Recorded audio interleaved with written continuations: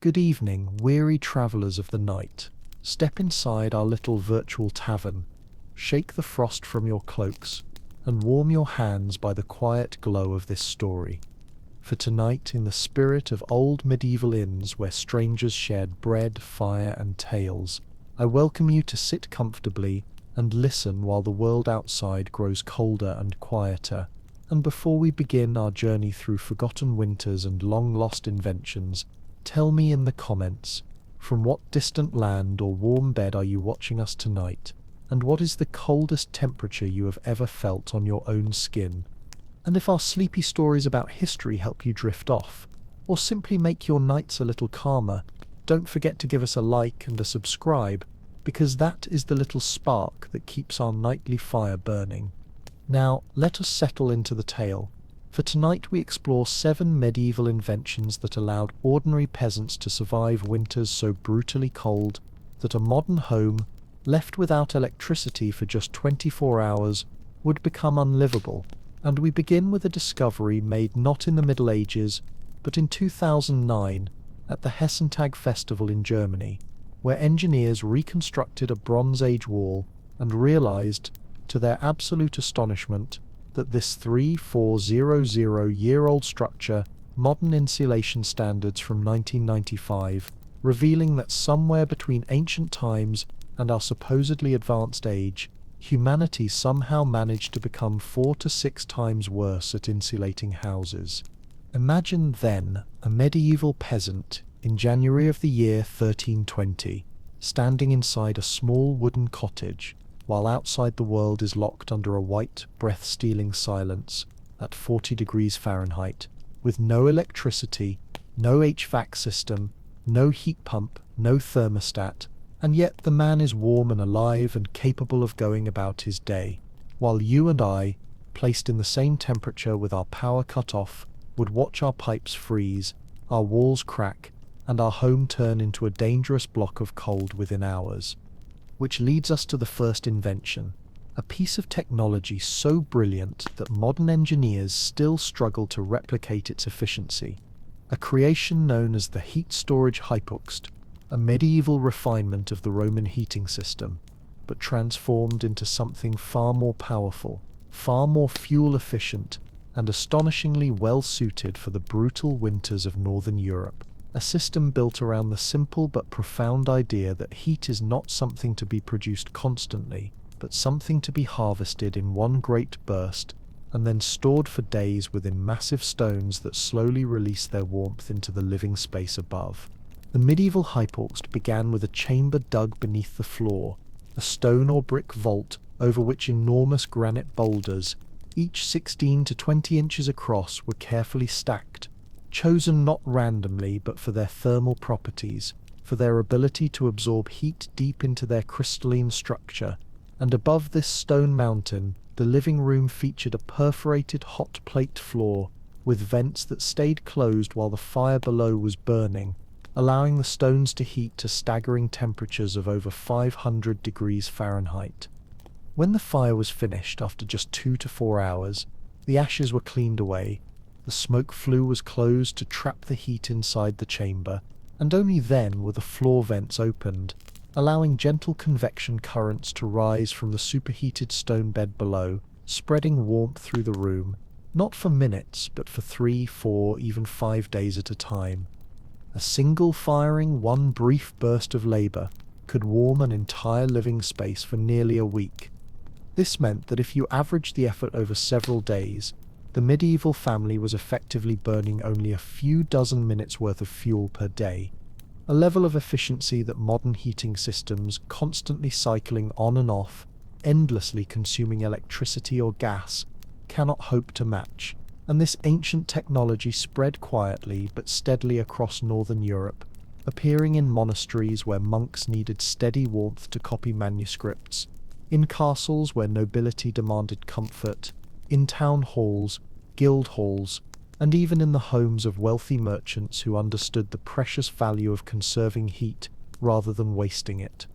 And what makes this invention even more extraordinary is not simply the brilliance of the design itself, but the philosophy behind it, a worldview rooted in patience, resourcefulness, and a deep understanding of natural principles, because unlike modern heating systems that require constant inputs, constant power, constant fuel, constant infrastructure, the medieval hypocaust honored the idea that if you worked hard once and captured heat properly, your efforts could carry you peacefully through the rest of the week. But heating a home was only one half of the struggle against winter, and medieval peasants, living in a world that offered no mercy, no convenience, and no backup generator waiting in the shed, also mastered the art of heating the human body itself, which brings us to Invention 2, a material so strange and so powerful that modern scientists in 2015 attempted to reproduce its behavior and failed completely. A fabric that becomes warmer when it becomes wet, something that sounds impossible to modern ears, yet was an everyday reality for medieval peasants who relied on lanolin-rich wool as their primary shield against the cold. Raw wool straight from the sheep contains between 12 and 25% lanolin, a waxy, yellow, almost sticky substance produced by the animal's sebaceous glands. And while modern textile factories scour wool with hot water and industrial detergents to remove every trace of this natural wax, because consumers demand clean, soft, pleasant-smelling fabric, medieval people did the opposite, preserving the lanolin because they instinctively understood what we now know scientifically. Lanolin-rich wool is one of the finest cold-weather survival materials ever discovered by humans. It repels water like a natural shield, causing snow and rain to bead up and roll away rather than soak through. It absorbs moisture vapor without becoming wet to the touch, channeling water downward through its unique fiber structure so that the edges of a cloak grow damp while the core remains warm and dry. And most astonishingly of all, when wool absorbs moisture, it releases heat through exothermic chemical reactions between water molecules and the amino acids in keratin, meaning that a medieval cloak worn through freezing fog or heavy snow could actually grow warmer the wetter it became. Modern outdoor experts warn cotton kills, because cotton, once wet, drains heat from the human body up to 150 times faster than when dry, turning sweat or melted snow into a serious danger, while synthetics like nylon or polyester fleece collapse entirely when soaked, losing all insulating power. But lanolin-rich wool, the humble, everyday clothing of the medieval poor, continued to insulate, continued to warm, and in some cases performed even better when the cold was most unbearable. Layer upon layer, linen against the skin, wool tunics above it, another wool coat, then a thick wool cloak, sometimes building 4 to 6 inches of protective fabric around the torso, with woolen hosen for the legs, wool mittens, wool hats, wool everything, forming a portable, breathable, fire-resistant, naturally warming fortress that allowed a peasant to work outdoors in -20 degrees Fahrenheit, -30 degrees Fahrenheit, even -40 degrees Fahrenheit, without frostbite or hypothermia, a fact that shocks modern people who imagine medieval peasants as helpless, shivering figures when in reality they wore some of the finest cold-weather clothing the world has ever known. And while warming the body was essential, medieval survival also depended on building structures that trapped heat with astonishing efficiency, something humanity managed to forget for over 3,000 years, which leads us to Invention 3, the double-walled wattle and daub construction, a design so thermally advanced that when German engineers tested its Bronze Age version in 2009, they discovered it matched the insulation performance of buildings regulated under the 1995 heat protection standards, revealing that for most of human civilization, we unknowingly lived inside homes far less insulated than those our distant ancestors built with nothing more than branches, clay, straw, and grass.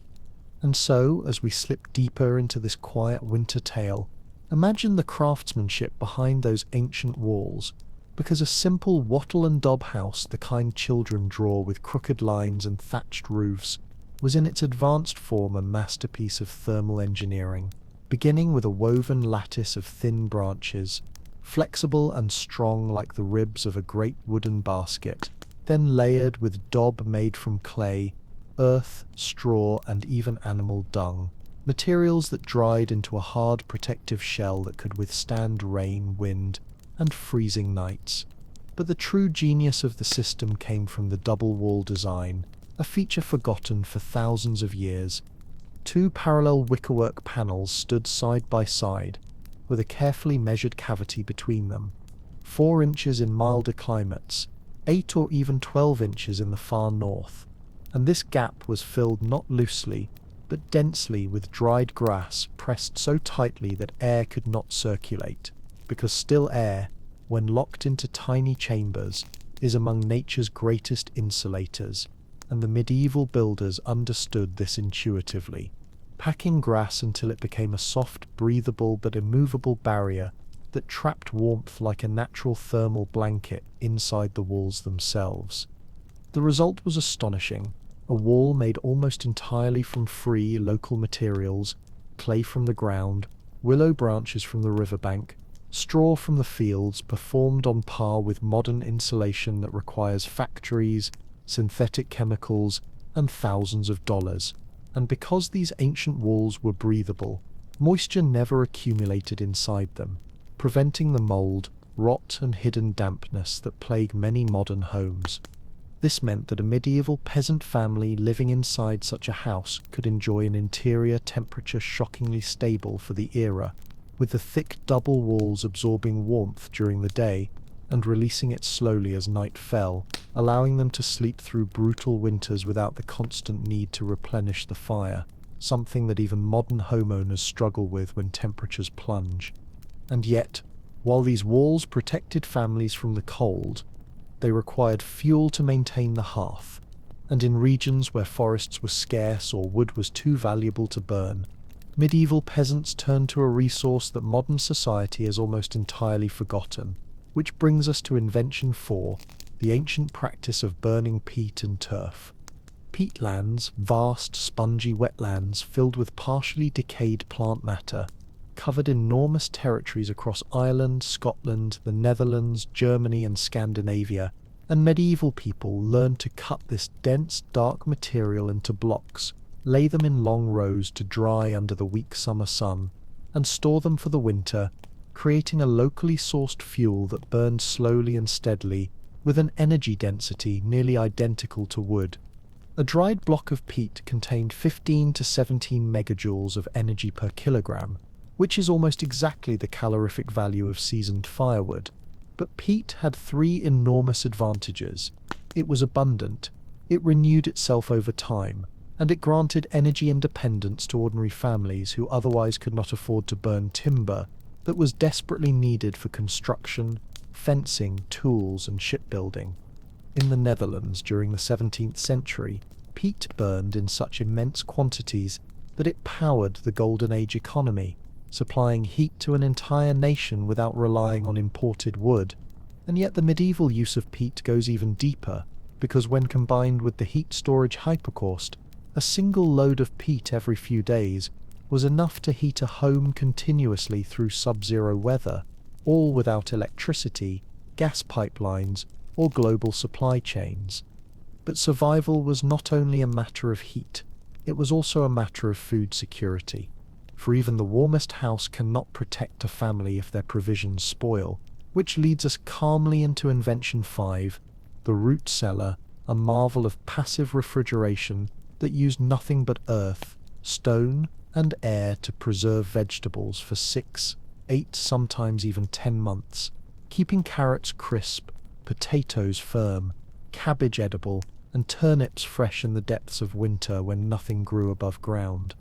Root cellars worked through 3 elegant principles: temperature stability provided by the deep soil, humidity maintained naturally at around 90% by the surrounding earth, and ventilation achieved through 2 opposing vents that created a gentle convection loop, preventing mold, ethylene gas buildup, and spoilage, meaning that medieval families could store enormous quantities of food underground with zero energy input, while a modern refrigerator requires constant electricity and fails completely in a power outage. All of these inventions, walls, clothing, heating systems, and food storage, supported daily survival, But the structure in which a medieval family lived also played a decisive role, guiding us to Invention 6, the log cabin with interlocking notched corners where thick timber walls, 8 to 12 inches across, created enormous thermal mass, absorbing heat from the hearth and releasing it slowly through the long winter nights, all while the notched joints sealed themselves tighter as the wood dried, eliminating drafts and creating a nearly airtight home centuries before modern insulation.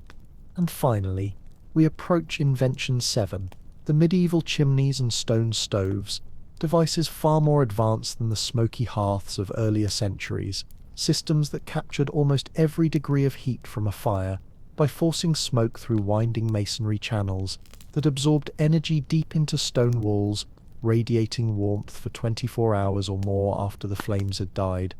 These were not crude fireplaces.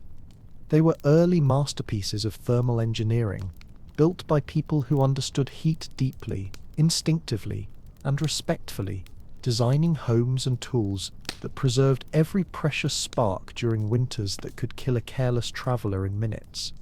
And now, as the night deepens around us and the cold settles into the quiet spaces between each word, let us linger for a moment on the final invention, because the medieval chimney and the masonry stove were not just tools for boiling stew or warming hands, but the beating heart of the winter household, a radiant core of stone that held the memory of fire long after flames had vanished, and whose gentle warmth often meant the difference between life and death during the longest nights of the year.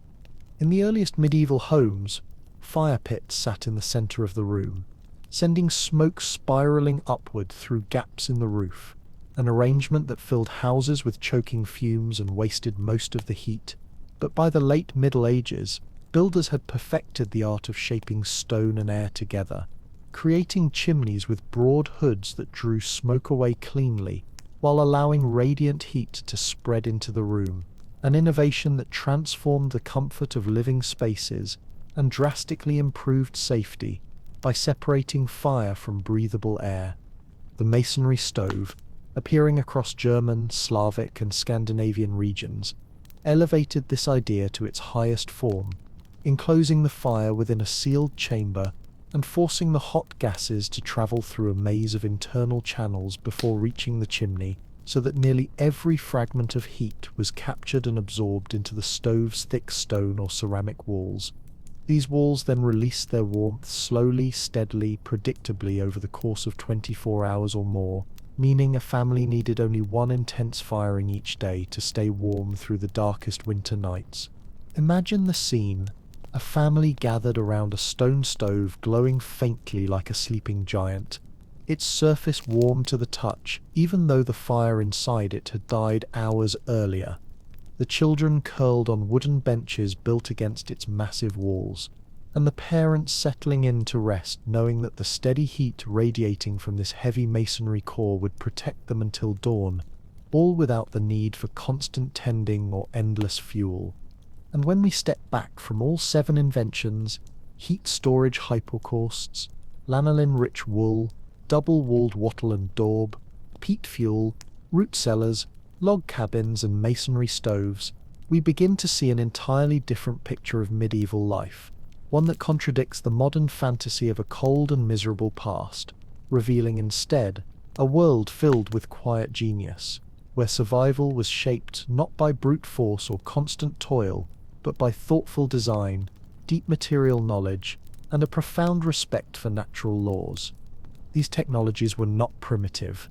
They were elegant, efficient, and astonishingly sustainable, requiring no electricity, no global supply chains, no rare materials, only the skill and wisdom passed down through generations of people who understood their land intimately and designed their lives to survive with what the earth provided. And now, as our fire burns low in this gentle midnight tale, it is worth asking ourselves a question that echoes through time like the winter wind across an empty field. How many of our modern systems built on convenience and continuous consumption could survive even a single week without power, without fuel, without the endless infrastructure that keeps them alive? And how much of medieval resilience rooted in local resources, passive physics, and intelligent design should we reconsider as the world around us becomes more fragile? Which of these old technologies surprised you the most? And which one do you think we need to rediscover first in our modern age of unpredictable weather and strained energy systems? Tell me below, and if this calm journey through the forgotten warmth of the medieval world helped you relax or drift closer to sleep. Don't forget to like the video and subscribe for more stories that explore the quiet wisdom of the past.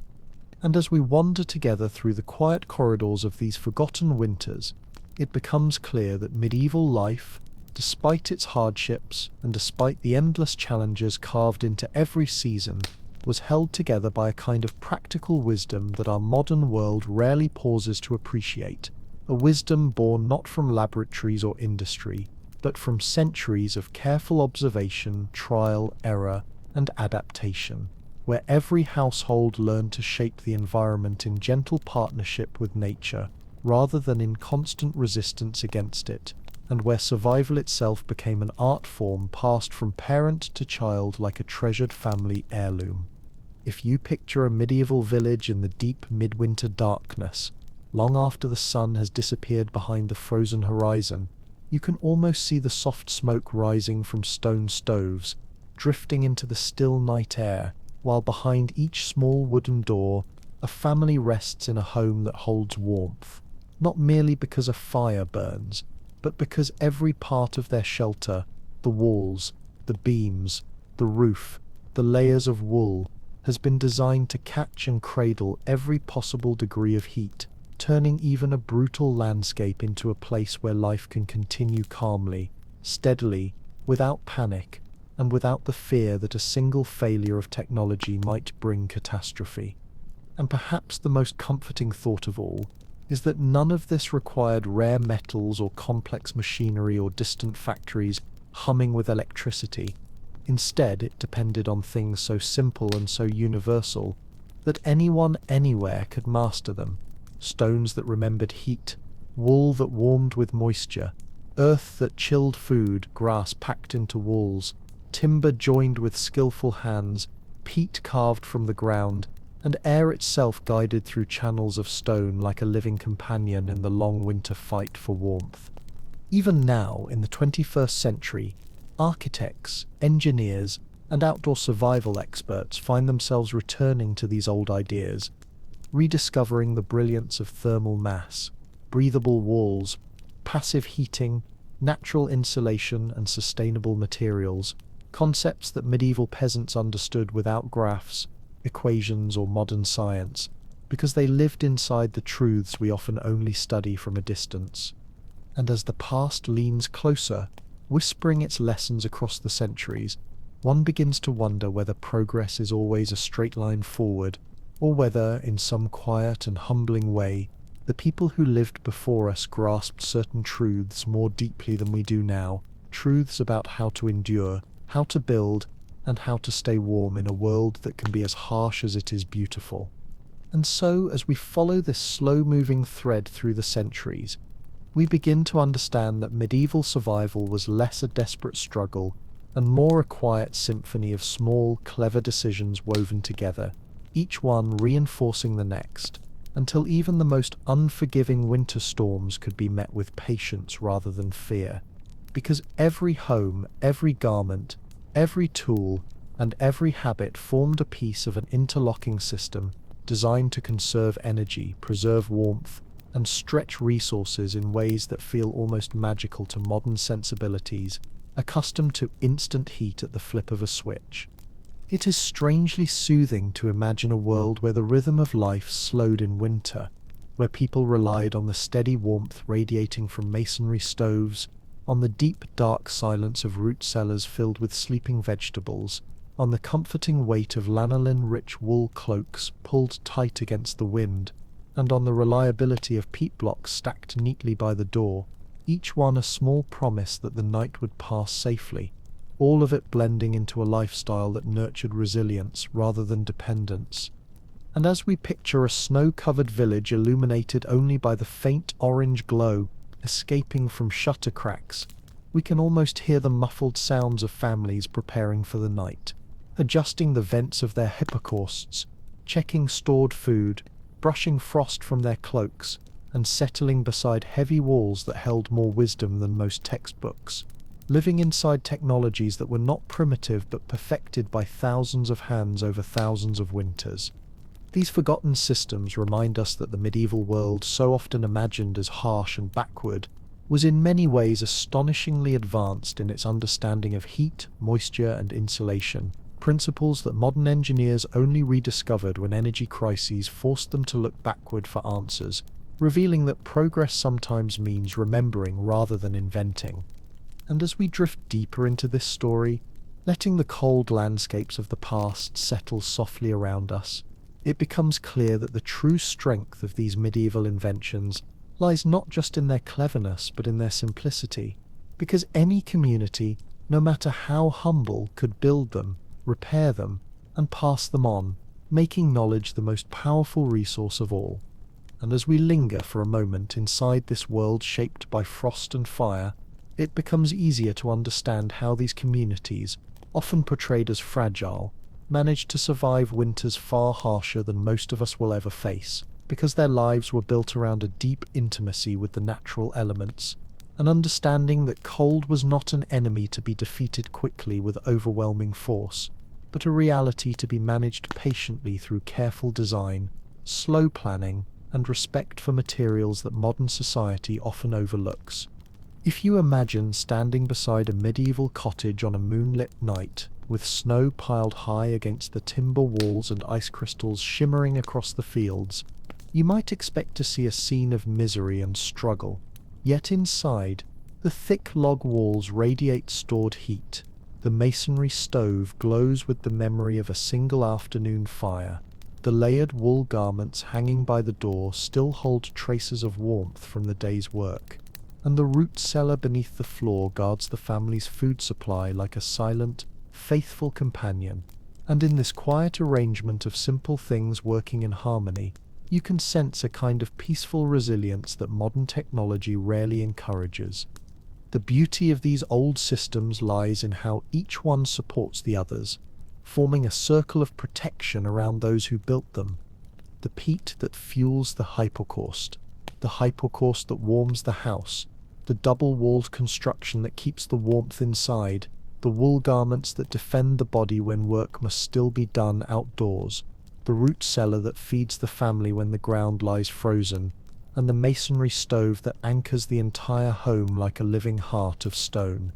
Nothing is wasted, nothing is excessive, nothing relies on distant supply chains or fragile networks, and because of that, even when storms howled across open plains or blizzards, buried entire villages under blankets of ice, people continued their lives steadily, calmly, knowing that their survival did not depend on a constant stream of energy, but on the quiet intelligence built into every corner of their homes. And perhaps, as we reflect on this slow and steady wisdom, it becomes clear that these old solutions succeeded not because medieval people were stronger, or tougher, or more prepared for suffering, but because they worked with nature instead of fighting it, designing for slowness rather than speed, for endurance rather than convenience, for stability rather than instant comfort, creating a set of technologies that could withstand days of darkness, weeks of cold, and months of scarcity without collapsing.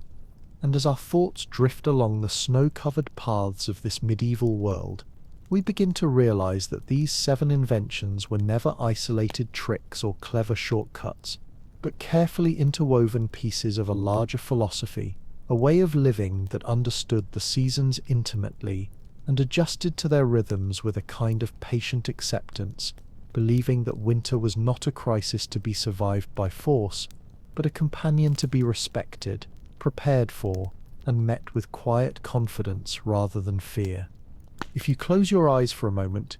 you can almost feel the gentle weight of a wool cloak settling over your shoulders, the coarse but comforting texture carrying the faint scent of lanolin and smoke from last night's fire. And as you walk across packed snow toward a log cabin with its notched corners sealed tight against the wind, you can imagine the deep silence of a world where the only sounds are your own footsteps and the soft creak of frozen branches, a silence so complete that even the warmth inside the house feels like a small miracle by comparison.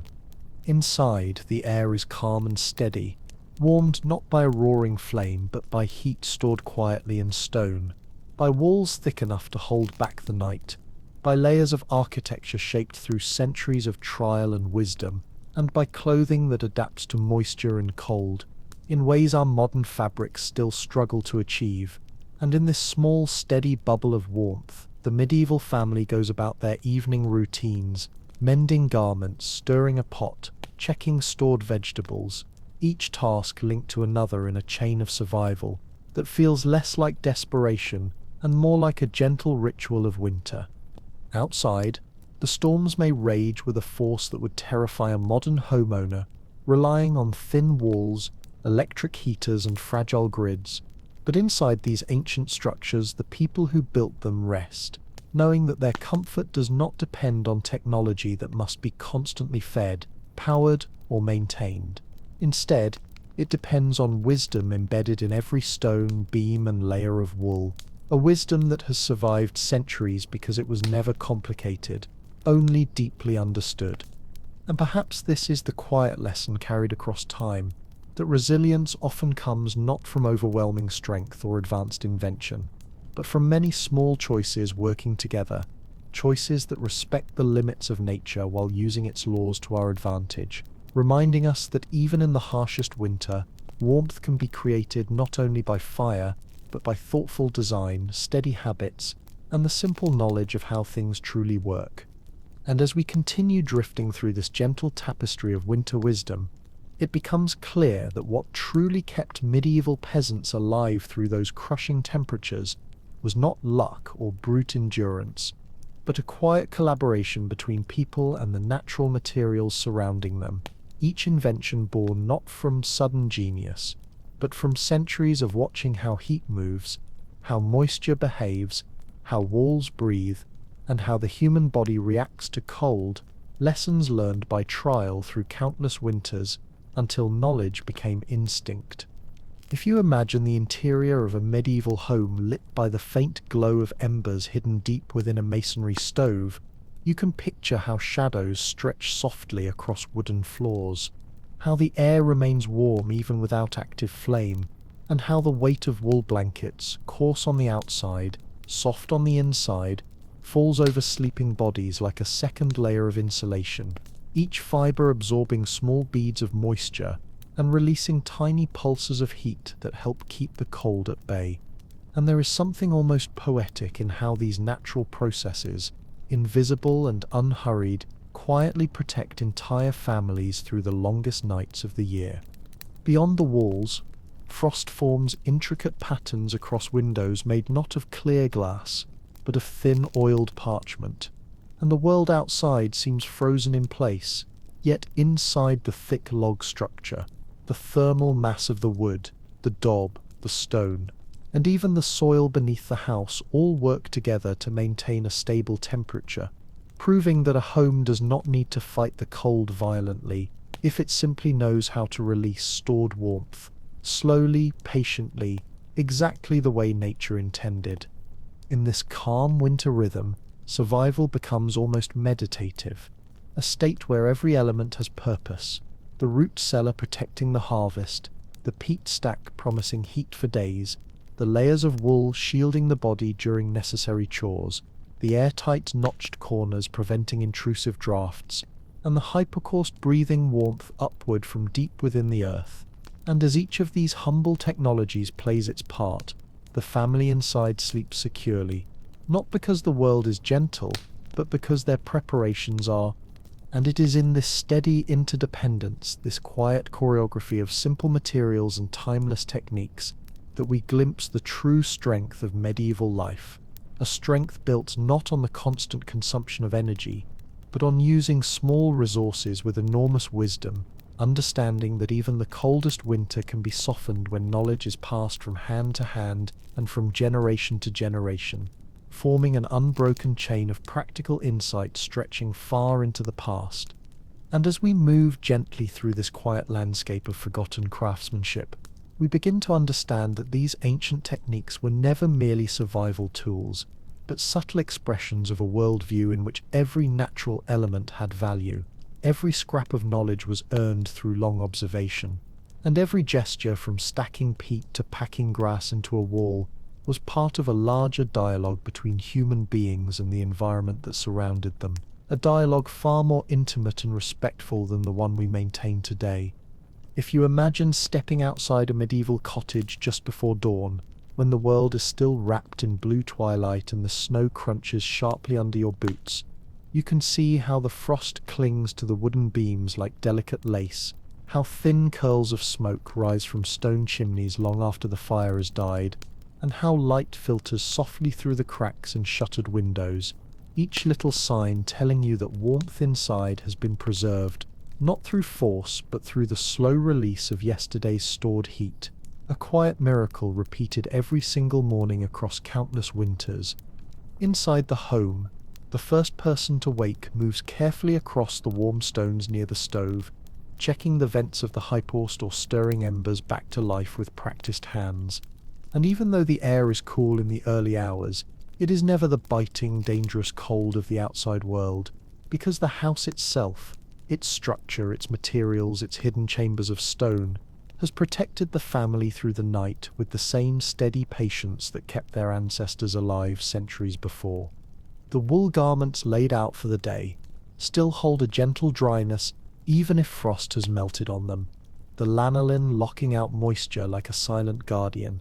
and the heavy cloaks draped by the wall are ready to become shields once the family steps outside into the morning wind, allowing work to continue, even when the land is held in the iron grip of deep winter, proving again and again that survival comes not from strength alone, but from harmony between human design and natural forces.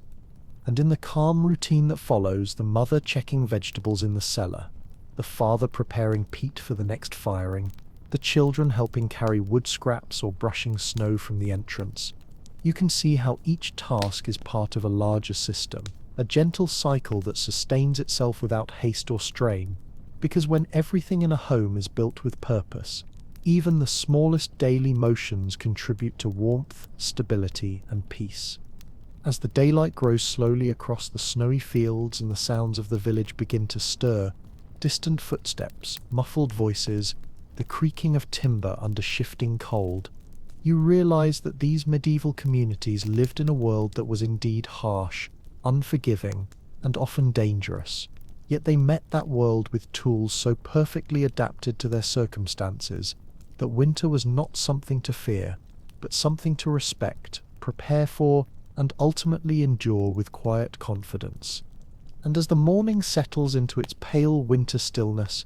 you can almost feel the rhythm of a medieval day unfolding, with a kind of quiet determination, each hour shaped by familiar tasks that repeat themselves with comforting predictability, because in a world governed by the seasons rather than by clocks, people moved through time the way a fire burns through wood, slowly, steadily, with purpose and without hurry, always mindful of conserving energy for the next cold night that would inevitably return.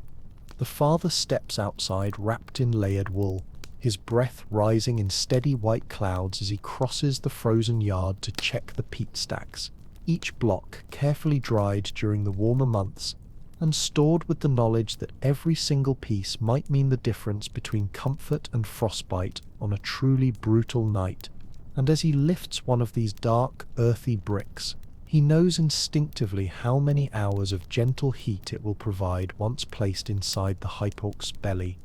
Meanwhile, inside the cottage, the mother tends to the root cellar beneath the floor, lifting the wooden hatch and letting the cool, damp breath of the earth rise slowly into the room, carrying with it the faint, sweet scent of sleeping vegetables, carrots, turnips, parsnips, potatoes, each one resting in the quiet darkness like a tiny promise that life can persist, even when the world above is frozen solid, and she checks them tenderly, removing anything spoiled so that the rest may last through the long months ahead, a ritual that binds her to every ancestor who once knelt in the same posture, holding the same cold vegetables under the same fragile winter light. The children, bundled in hosen and wool tunics, help sweep the packed snow away from the doorway, their cheeks flushed red from the cold, their mittens damp with frost, and though their tasks are small, they are part of the same unbroken chain of survival, learning from the earliest age how to work with the weather rather than against it, how to recognize the subtle signs of a storm, how to keep wool dry, how to seal a draft with a twist of straw, how to conserve warmth the way their elders do without ever needing to name the knowledge. And all the while, the house itself, silent, sturdy, breathing through its thick double walls of wattle and daub, continues to perform the quiet magic for which it was built, releasing warmth from its stone core in slow, steady waves, holding moisture at bay through its breathable layers, and sheltering the family with an intelligence shaped not by modern design software but by the lived experience of generations who observed how heat and air and time truly behave when the world grows cold. When midday arrives, the sun hangs low and soft in the sky, casting long shadows across the snow, and the villagers move about their tasks with a rhythm that reflects centuries of adaptation, fetching water before the stream freezes solid, mending wool garments in the doorway for better light, splitting the few precious logs reserved for tools or emergency heat, and exchanging small pieces of advice learned from winters past, how to position a cloak against wind, how to store peat so it dries evenly, how to keep a child's boots warm enough for the morning walk, each bit of wisdom carried like embers from one generation to the next. And in this gentle pattern of daily life, where work and rest and warmth and cold weave together without conflict, you begin to understand how medieval people could face -40 degrees Fahrenheit winters without panic, because they built their entire existence around the knowledge that winter was not an interruption of life, but part of its natural shape, a season to be prepared for year-round with the kind of quiet foresight that modern convenience has all but erased. And as the afternoon drifts into the deep blue haze that precedes winter dusk, the village begins to fold itself inward again, every home preparing in small, practiced ways for the long, cold hours ahead, each action performed with the same gentle certainty that guided countless generations before them, for in a world ruled by frost, predictability becomes a kind of quiet blessing. The father returns from the peat stacks, carrying only what is needed, never too much, never too little, because families learn that unnecessary labor, wasted precious energy better saved for genuine hardship, and as he steps inside and lays the peat by the hearth, he can feel the steady warmth radiating from the masonry stove, a warmth stored earlier in the day that continues to hold the house in its calm embrace, proving once again that fire does not need to roar in order to protect a family from the cold. The mother moves about the room with the slow, sure motions of someone who understands the choreography of winter survival down to its smallest details, stirring a pot that simmers quietly on the stone surface of the stove, adjusting wool garments laid out near the wall, so that they will be warm when worn the next morning, brushing frost from the wooden shutters, so the last bit of daylight can slip through, and placing fresh straw along the draft lines of the floor, to trap any wandering cold that might try to creep in during the night. Each gesture a testament to knowledge that needs no instruction manuals, because it is lived, not learned. The children, now growing sleepy from the muted rhythm of the winter day, sit near the heated stones with small tasks in their hands, mending a wooden toy, braiding a cord, practicing simple knots, and though they may not yet understand the importance of these small skills, they absorb the wisdom around them simply by being present, learning through experience how warmth is made and how it is preserved, how homes resist the cold and how people adapt, lessons that will shape their own winters when they are older and responsible for their own families.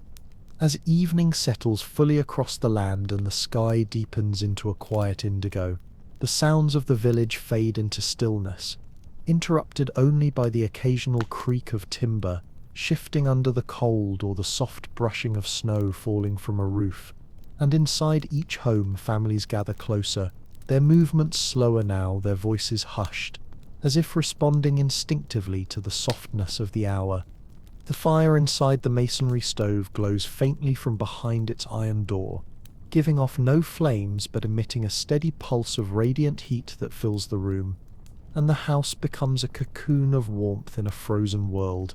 a place where time seems to pause, where the boundaries between the family and their shelter blur, each one supporting the other so seamlessly that survival feels less like a battle and more like a conversation between human hands and the materials of the earth. And as they sit together in the gentle circle of light, perhaps sharing a simple meal or telling a quiet story to pass the time, the family knows with absolute certainty that the warmth surrounding them is not the gift of a machine or the product of distant industries, but the result of their own steady effort, their own knowledge, their own bond with the land, a comfort earned through countless decisions made long before winter ever arrived. And as the last traces of daylight disappear completely behind the hills, and the world outside dissolves into a vast expanse of darkness and cold, the family begins preparing for the night with the same quiet ritual repeated through countless winters, each movement unhurried, each gesture flowing gently into the next, as if guided by an instinct older than memory itself. For in places where the cold was once a constant companion, people learned to treat nightfall with both reverence and precision. The father checks the vents of the hypocaust one final time, ensuring the small openings are positioned just right to guide warm air upward through the floorboards in slow, steady breaths. A system so simple yet so profound that it feels almost alive, like a creature that inhales flame and exhales comfort hours after the fire has gone to sleep. And when he closes the flue to trap the remaining heat, he feels a soft wave of satisfaction, knowing the house has everything it needs to carry the family safely through until morning. The mother folds the woolen cloaks near the warm stones, smoothing the heavy fabric with practiced hands, making sure each layer is ready for the morning's first tasks. And when she lifts a mitten still faintly warm from the stove's radiance, she smiles without thinking, reassured by the consistency of materials that do not betray her, materials that wick moisture, conserve warmth, and answer every challenge winter throws their way with quiet certainty rather than panic. The children settle onto the benches built against the stove, benches warmed not by flickering flames, but by the deep heat stored in stone, and as they whisper to each other in soft fading voices, their eyelids growing heavy with the slow pull of sleep, they experience a comfort that feels as natural as breathing, unaware of the centuries of engineering and ancient wisdom holding them in safety at this very moment, unaware that each warm night they enjoy is part of a tradition older than their village, older than their kingdom, perhaps older than written history itself. Outside, the winter wind begins to move again, slipping between the bare trees and brushing against the walls of the cottage with long, wandering sighs, but the house answers with silence, its double-layered walls holding firm, its log corners tightly interlocked, its daub and clay sealed against the cold, its carefully packed grass creating millions of tiny still air pockets that no storm can penetrate, all of it forming a barrier so effective that even the fiercest gust seems powerless against the simple, ancient intelligence built into every inch of the structure. And as the night deepens, the entire village sinks into a shared rhythm of survival, each home glowing faintly from within, like fireflies scattered across a snowy field, each family wrapped in warmth they created with their own hands, each structure a testament to a kind of knowledge that modern life rarely demands, but that once shaped the very possibility of endurance, teaching people that true security comes not from abundance but from understanding the land, understanding the seasons, understanding the slow, patient ways that heat can be captured, stored, and gently released into the spaces where life must continue. Inside the home, the warmth settles deeper into the stones, the air grows still and reassuring, and the family, now preparing to rest, knows that the cold will not touch them tonight, because their ancestors left behind wisdom carved into walls, stitched into garments, buried in root cellars, and carried on the breath of every winter tale told by candlelight. And as the family finally begins to settle beneath their layers of wool blankets, each person finding their familiar place on the wooden benches or the straw-stuffed mattress near the stove. There is a gentle sense of surrender to the night, a calm acknowledgement that the cold outside is vast and merciless, but the warmth inside is deep and enduring, held in place by choices made hours earlier, days earlier, and even generations earlier, a lineage of practical knowledge that continues to work silently while everyone in the room drifts slowly towards sleep. The father rests his hand against the warm stone, feeling the steady pulse of heat radiating outward in slow, invisible waves, each one a reminder that the fire he tended earlier has now transformed into something peaceful and long-lasting, a presence that needs no tending, no fuel, no attention, just time, letting its stored energy drift upward into the air, into the blankets, into the walls, into every corner of the room, until the cold is held firmly at bay.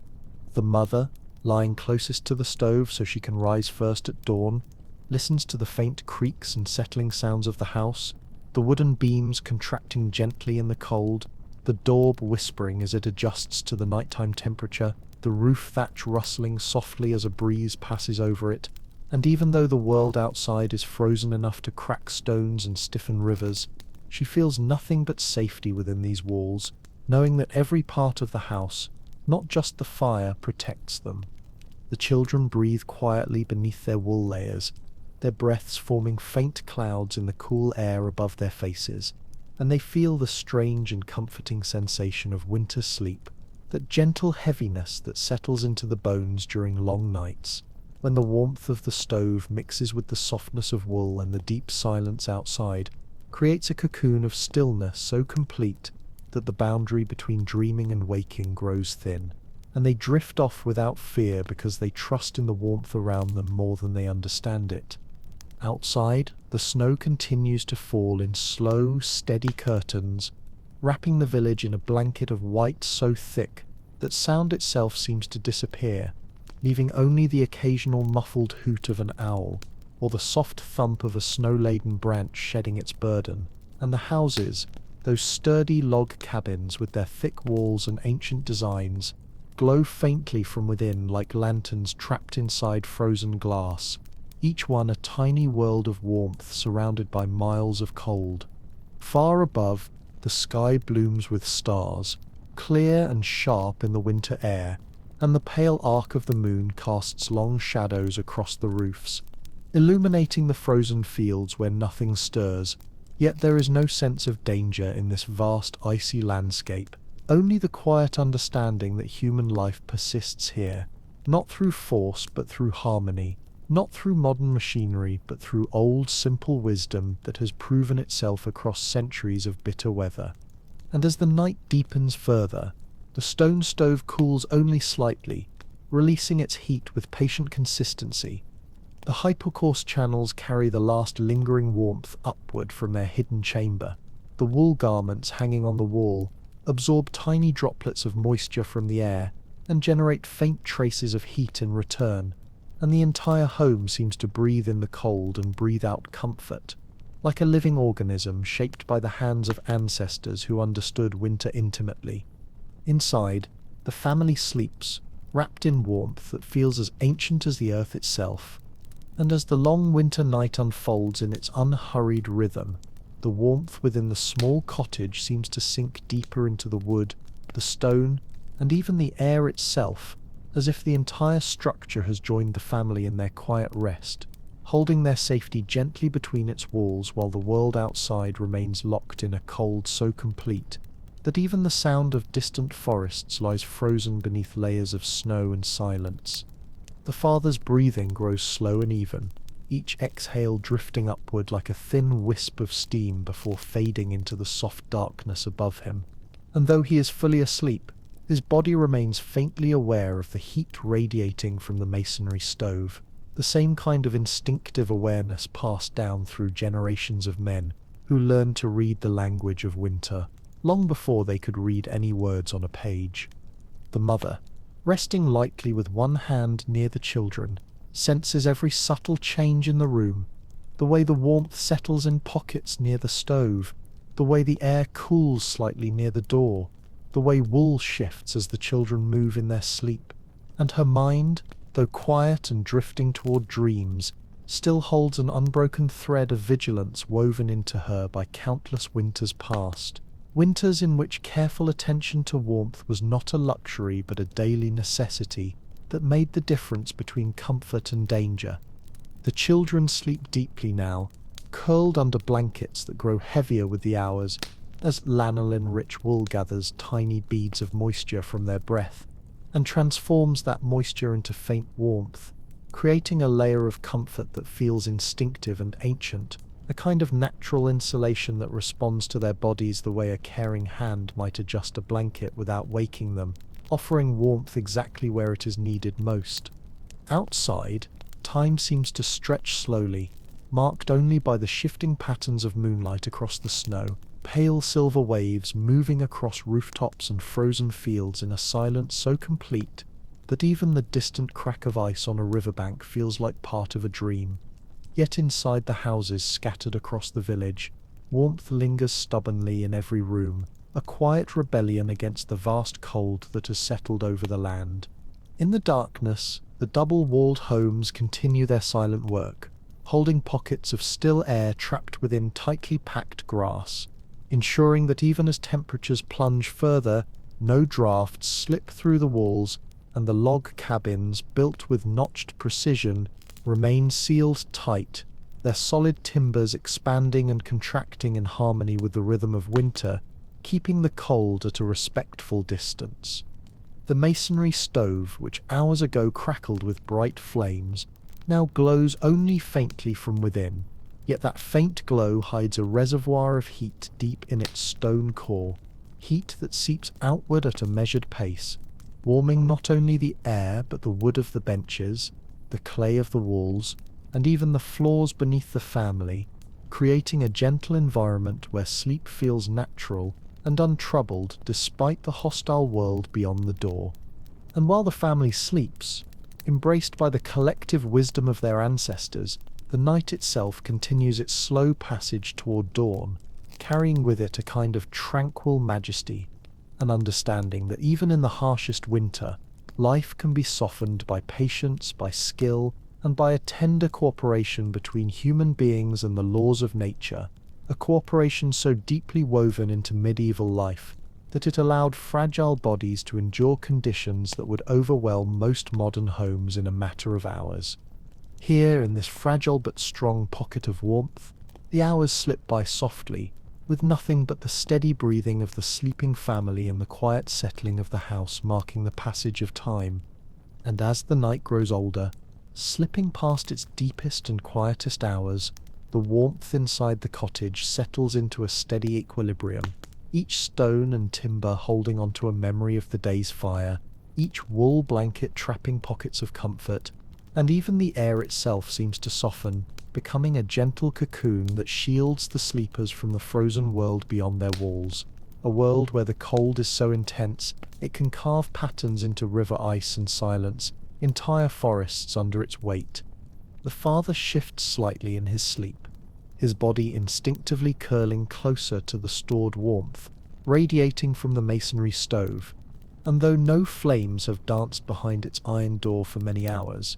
the stone structure continues to release its heat with unwavering discipline, its heavy mass functioning like a great slumbering guardian that watches over the family through every minute of the long winter night, offering comfort without sound, without movement, without demand. The mother dreams lightly, her hand still resting near the children, as if guided by some instinct passed down through countless generations of winter mothers before her, women who knew that safety at night was never guaranteed by chance alone, but by the careful pairing of wisdom and habit, checking the vents, tending the fire earlier in the day, positioning blankets just so, and listening for any subtle shift in the house that might require attention. And though she sleeps, her presence remains a calm, steady thread woven into the silence. The children, curled tightly beneath their blankets, resemble small embers themselves, quiet, warm, sheltered, each breath rising gently into the cool air, only to be caught by the soft humidity of the room and absorbed back into the wool around them, forming a perfect cycle where nothing is wasted, and every small piece of warmth is preserved, a natural system as elegant as any modern technology, yet far simpler, far older, and far more attuned to the human body's needs. Outside, the wind begins to stir again, whispering against the walls as it gathers strength somewhere far across the dark fields, and though its icy voice brushes against the cabin like a cautious visitor, the thick double-walled structure answers with silence, unmoved by the storm's intentions. The tightly packed grass within its cavities holds every breath of warm air in place, preventing the cold from slipping through, while the daub and logs work together to shield the family with unbroken, time-tested stability. The village, spread across the snowy plain, like scattered islands of faint warmth, remains perfectly still beneath the star-splashed winter sky, with only the occasional flash of moonlight revealing the outlines of rooftops dusted with frost, and there is a certain serenity in this frozen hush, a reminder that even in an age without electricity, without technology, without modern comforts, people found ways to carve out pockets of softness and safety in the harshest of seasons.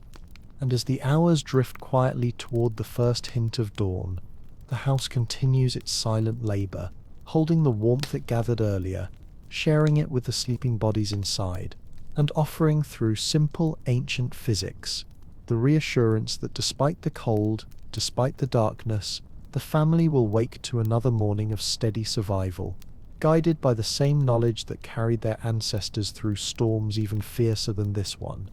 In this peaceful exchange between warmth and cold, between human intention and natural law, between night and the slow approach of day, the line between shelter and life becomes beautifully clear, reminding us that these homes were not just structures, but living instruments tuned perfectly to the demands of winter. And as the deepest hour of night gives way to the faintest suggestion of morning, the warmth inside the cottage holds steady like a quiet promise, lingering in the stones, weaving through the wool blankets, and nestling itself into the very grain of the wooden walls, as if the home itself has absorbed enough comfort to carry the family gently into the next day, despite the frozen world that waits beyond the door. The father stirs first, though only slightly, not waking fully, but shifting his weight closer to the stove's radiant core, his body responding to the subtle shift in temperature that occurs as dawn approaches, the kind of instinct that forms slowly across a lifetime of winter mornings, when waking at exactly the right moment meant tending to small, necessary tasks that kept the cold from creeping into the home's quiet heart.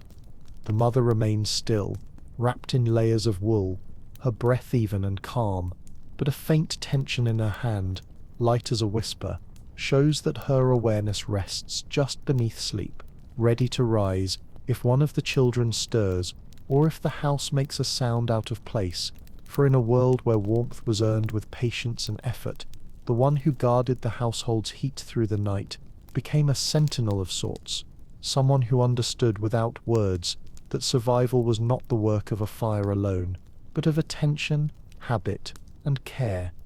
The children, still curled beneath their blankets like tiny winter animals, sleep soundly, their faces relaxed, their breath soft and steady, their bodies surrounded by warmth that comes not just from the stove, but from the combined power of wool, insulation, and the lingering humidity of sleep itself, each element working together to create a cocoon so gentle that the cold outside feels like a distant myth, rather than a real force only inches away beyond the timber walls. Outside, the horizon begins to pale ever so slightly, not with warmth, but with the fragile blue of winter dawn, and the first hints of light reveal the village lying silent beneath its thick coat of frost,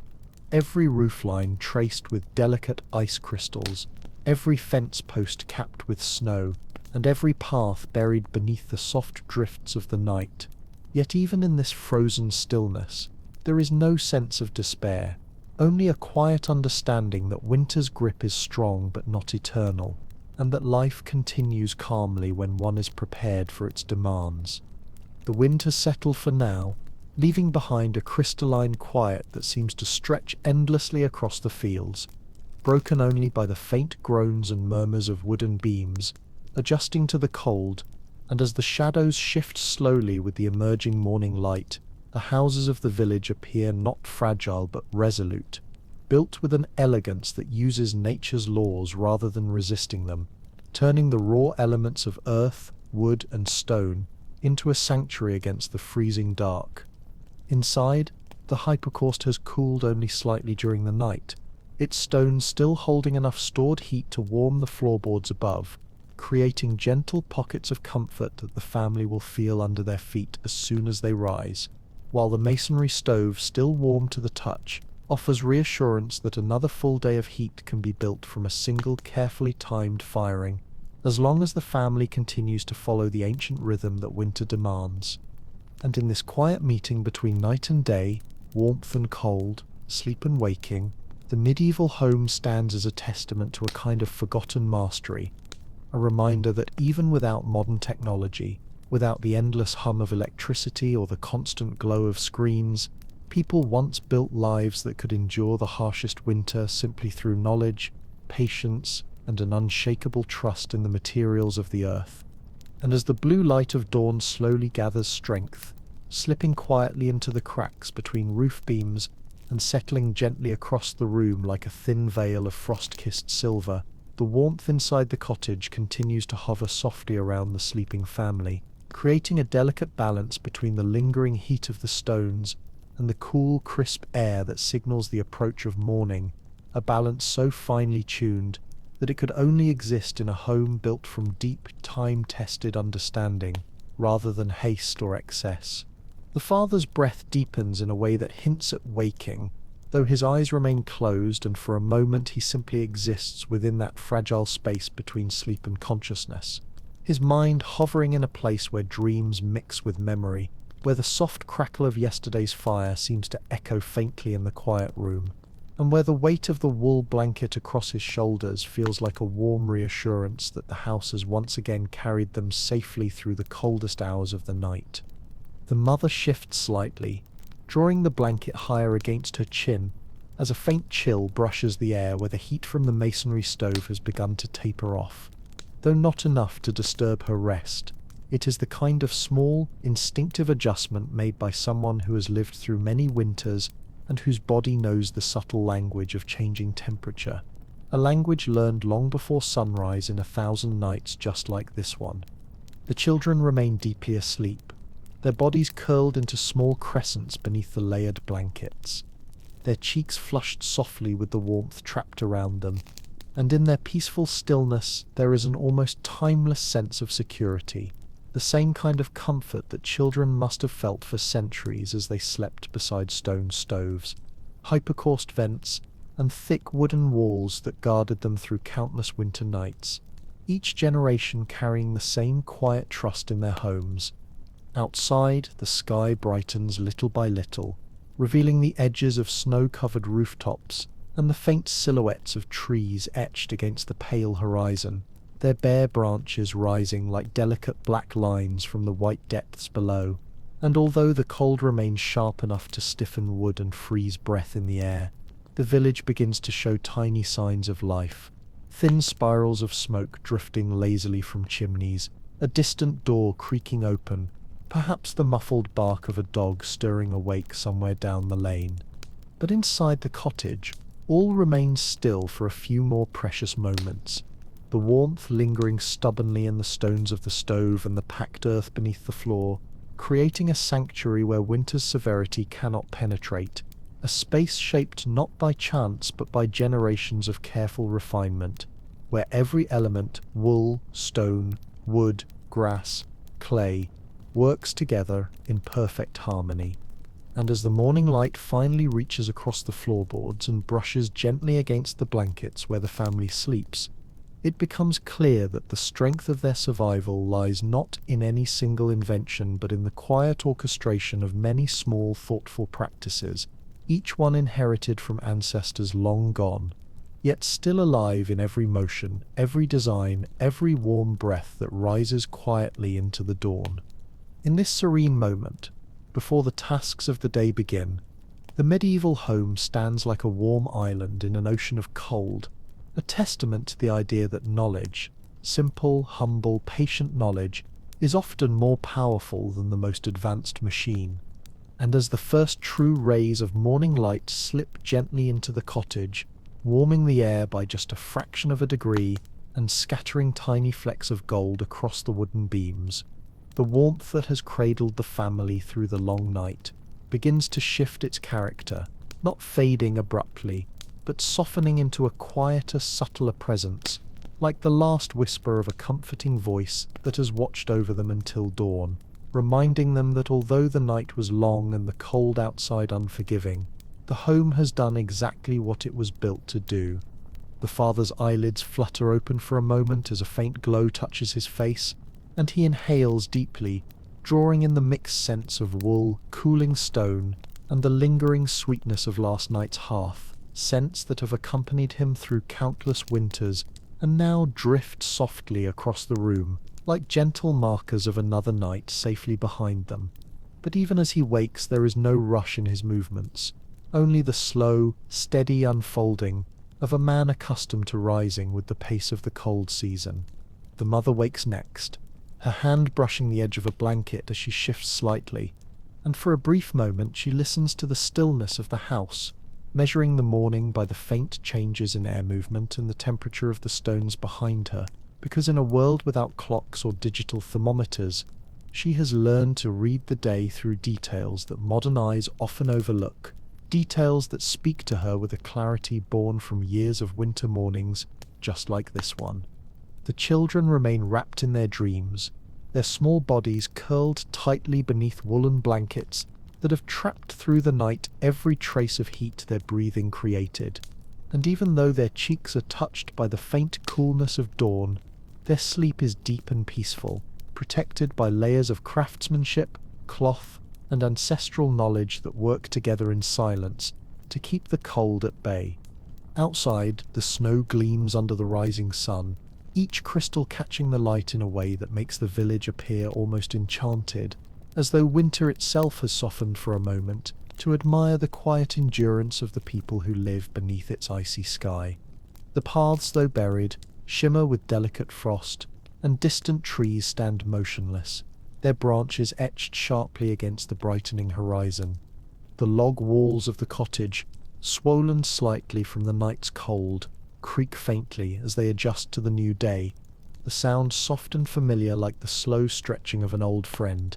and the double-walled daub, still firm and dry, holds its warmth with stubborn loyalty, creating a barrier between the sleeping family and the biting air beyond, proving yet again that strength does not always require complexity, but often thrives in the simplest materials shaped with patient skill. The hypox below the floor has cooled further now, yet its stones retain enough heat to keep the floorboards above from chilling too quickly, and the masonry stove beside the sleeping benches still radiates a gentle warmth from its core, forming a kind of thermal anchor for the entire room, a reminder that even a single well-timed fire, guided through stone channels with deliberate craftsmanship, can provide comfort long after its flames have vanished.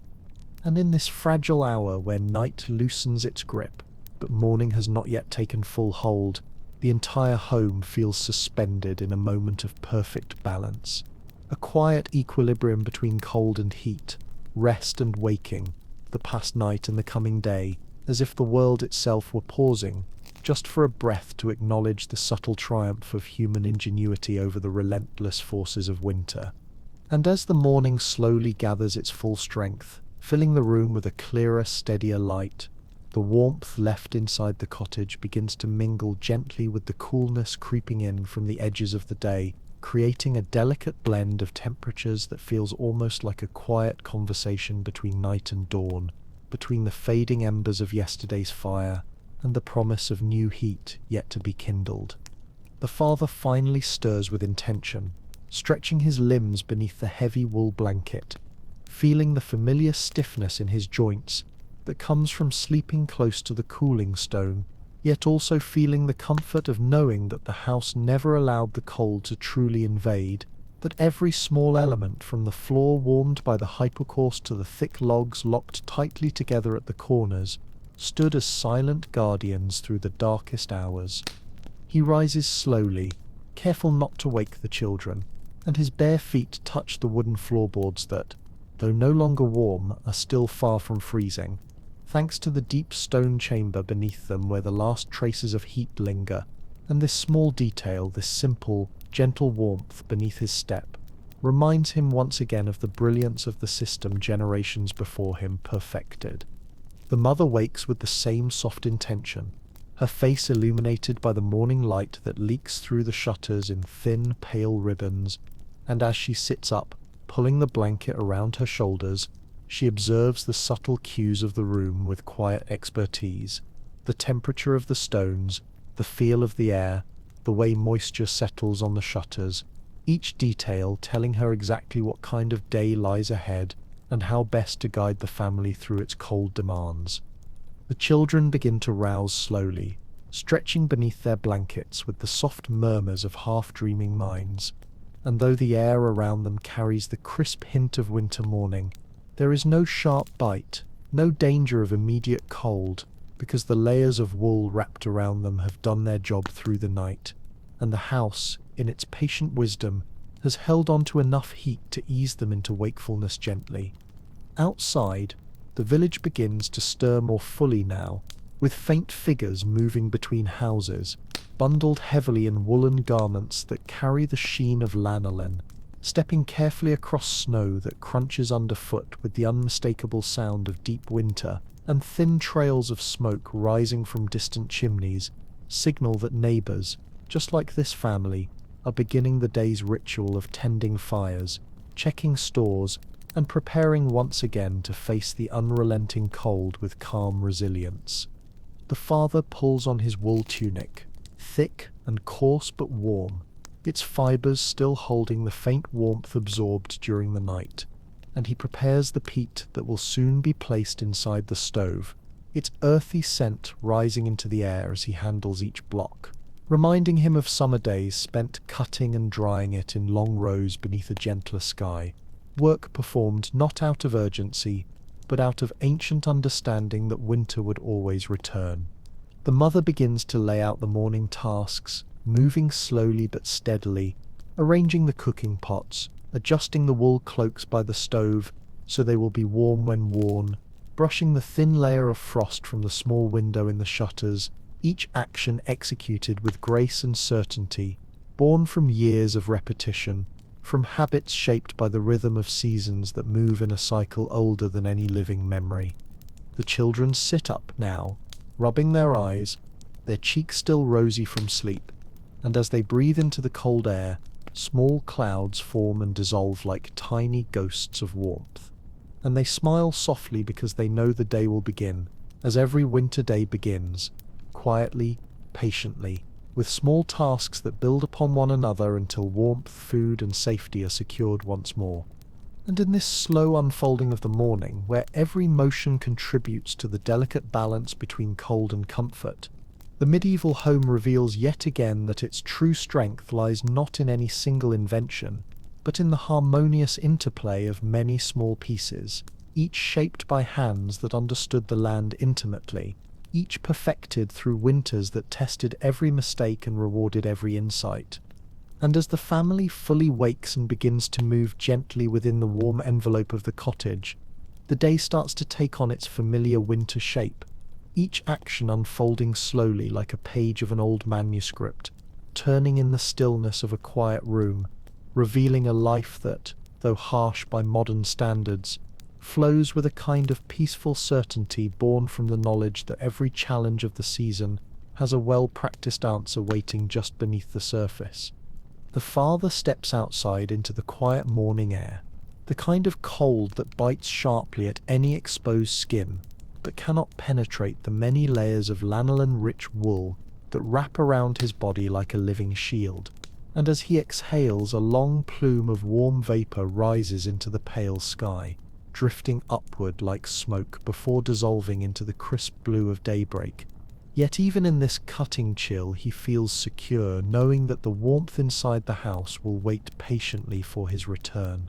He crosses the snowy yard with steady steps, the snow crunching beneath his boots in a rhythm that echoes across the silent village. And when he reaches the peat stack, he selects only what is needed for the morning firing, each dark, dense block carrying within it hours of stored energy harvested from the earth itself, energy that will soon awaken the masonry stove from its slow overnight slumber and push back the creeping morning cold from every corner of the home.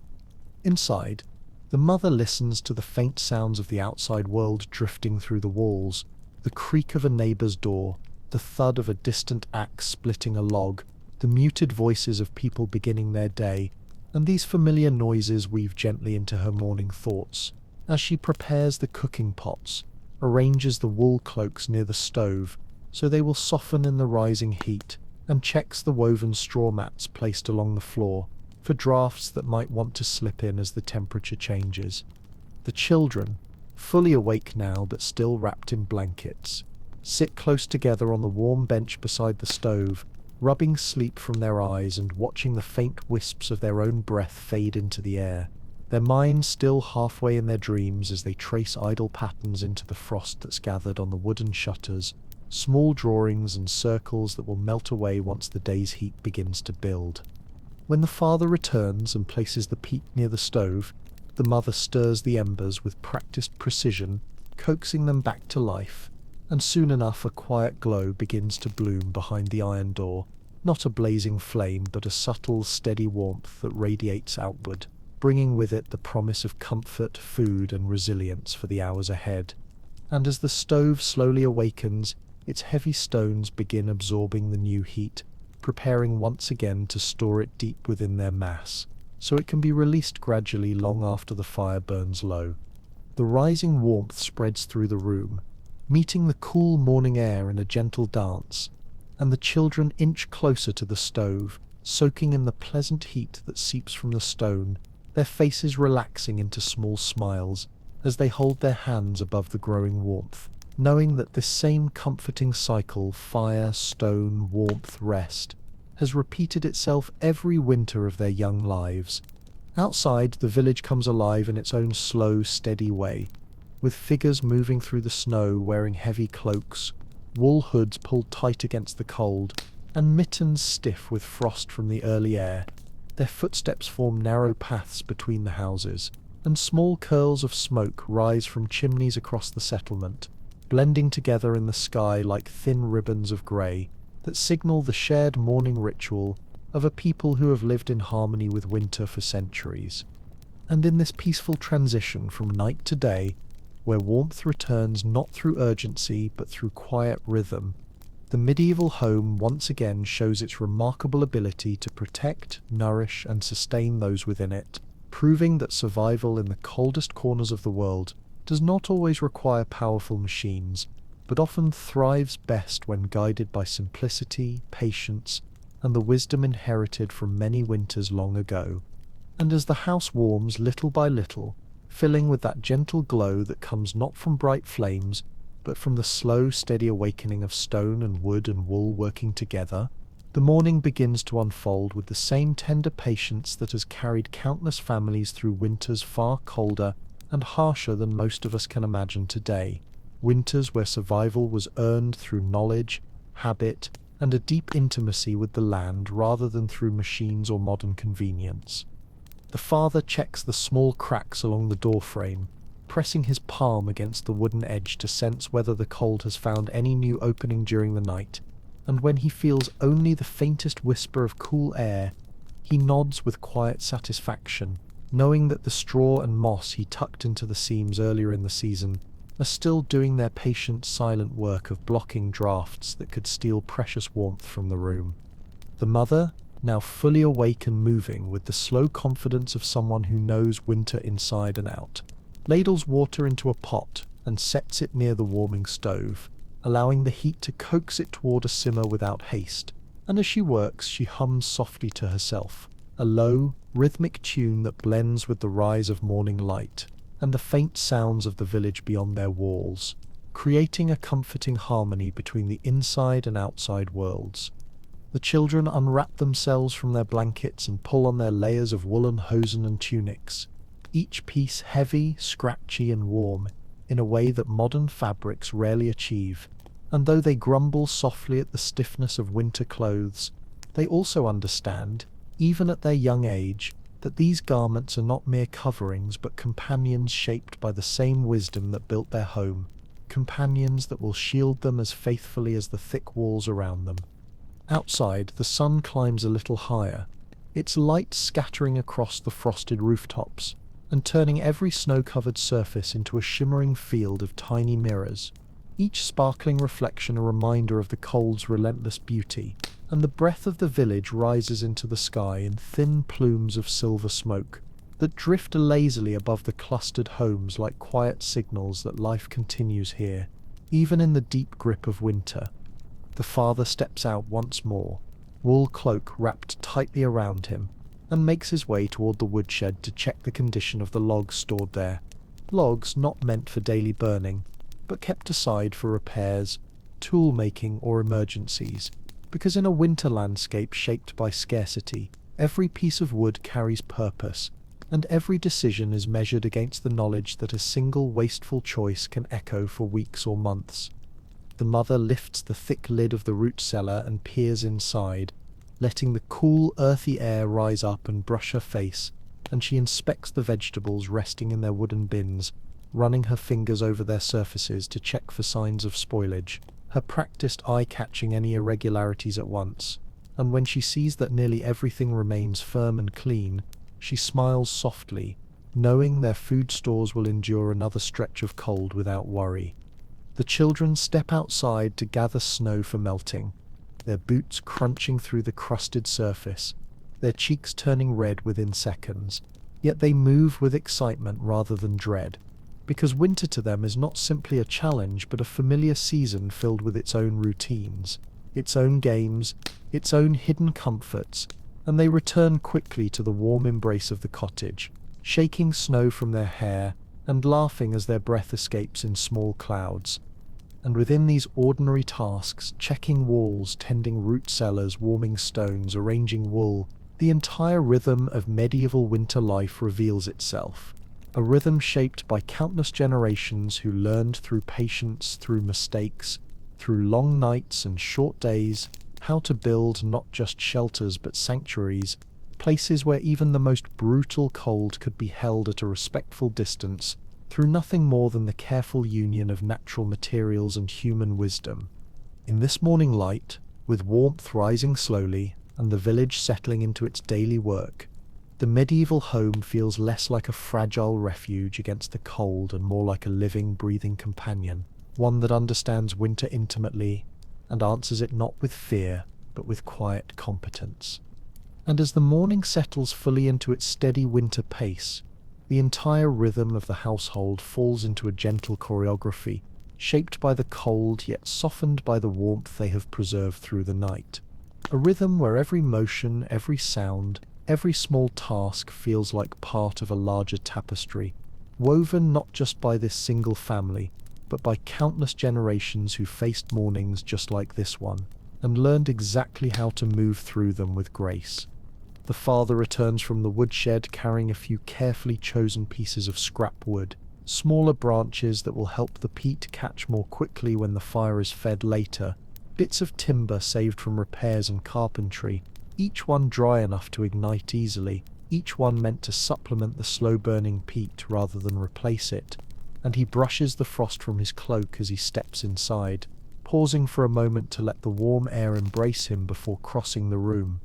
The mother turns from the stove, where the pot now simmers gently, sending fragrant curls of steam into the room, and she smiles when she sees the father's red cheeks and frosted hair, a silent acknowledgement of shared routine, of winter's familiar demands, of mornings that have unfolded like this for as long as either of them can remember, and without a word she adjusts the pot slightly, to make space for the peat that will soon be placed inside the stove's chamber.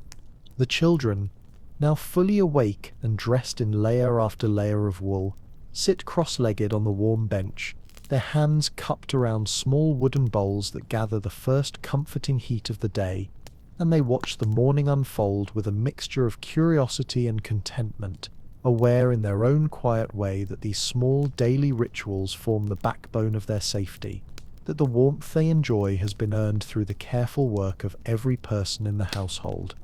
As the father opens the iron door of the masonry stove, a faint wave of lingering heat brushes against his face, reminding him once again how much energy the stones inside can hold, how patiently they release their warmth, how perfectly the channels within them were carved to trap and guide the heat through winding passages that warm the house throughout the day. And he places the new peat blocks with deliberate precision, arranging them so the slow-burning fuel will catch easily when the embers awaken. Outside, the village landscape glows faintly beneath the pale winter sun, the snow sparkling like crushed glass, the rooftops draped in ice crystal patterns that catch the light in shades of silver and blue, and though the cold remains sharp enough to stiffen leather and freeze breath mid-air, the scene carries a sense of quiet beauty that only winter can create, a beauty shaped by stillness, by clarity, and by the knowledge that life continues despite the season's severity. Occasionally, the distant sound of a cart wheel creaking along a frozen path reaches the cottage, or the muffled thud of an axe strikes clean through the crisp air, or a voice calls from one house to another in a low, friendly tone born of shared endurance, and these faint noises drift through the village like threads that connect every home, every family, every person who understands that winter is best faced as a community rather than in isolation. Inside, the stove begins to glow more brightly now, its stone mass slowly awakening as the peat warms and crackles, releasing its earthy scent that mingles with the aroma of morning stew, creating a comforting blend that settles into the air like a warm blanket, and the rising heat gently erases the last lingering chill of dawn from the corners of the room. The children scoop small bites of food from their bowls, blowing gently on each spoonful as steam curls upward, and they look to their parents with the trust of those who know, without needing to understand the details, that they are cared for, protected, and sheltered by a home whose design has been perfected through centuries of winter living. And in this small scene, this quiet morning in a medieval cottage warmed by stone, wool, and ancient skill, the entire essence of winter survival reveals itself with gentle clarity, not a harsh struggle against nature, but a steady partnership with it, a balance crafted through patience, wisdom, and the understanding that warmth once earned can last far longer than the flame itself. And as the warmth steadily fills the cottage and settles into every beam, every blanket, and every breath, the family eases into the heart of their winter morning with a calm familiarity that feels older than memory itself. For these quiet rituals, stirring the pot, tending the fire, brushing frost from the shutters, are not simply tasks, but timeless gestures passed from one generation to the next, anchoring each new day to the wisdom of all the winters that came before. The father, now warmed from his brief venture outside, pauses by the window and lifts the wooden shutter just a fraction, letting a shard of pale winter sunlight stream through the gap. It lands across the rough wooden table like a thin, bright ribbon, illuminating dust motes that dance slowly in the warm air and casting a soft, peaceful glow across the room, a glow that blends perfectly with the lingering heat from the stone stove and creates a moment of rare winter serenity that seems to still the very breath of the morning. The mother, watching the light shift across the floor, adjusts the stew pot again, allowing its gentle simmer to deepen into a soft bubbling that fills the room with a cozy aroma of vegetables and herbs drawn from the root cellar, their flavors enriched by months of resting in the cool, humid earth. And as she tastes the broth to judge its readiness, she closes her eyes for a moment, savoring the simple but profound satisfaction of knowing that even in the coldest season, nourishment can be drawn from the earth's quiet generosity.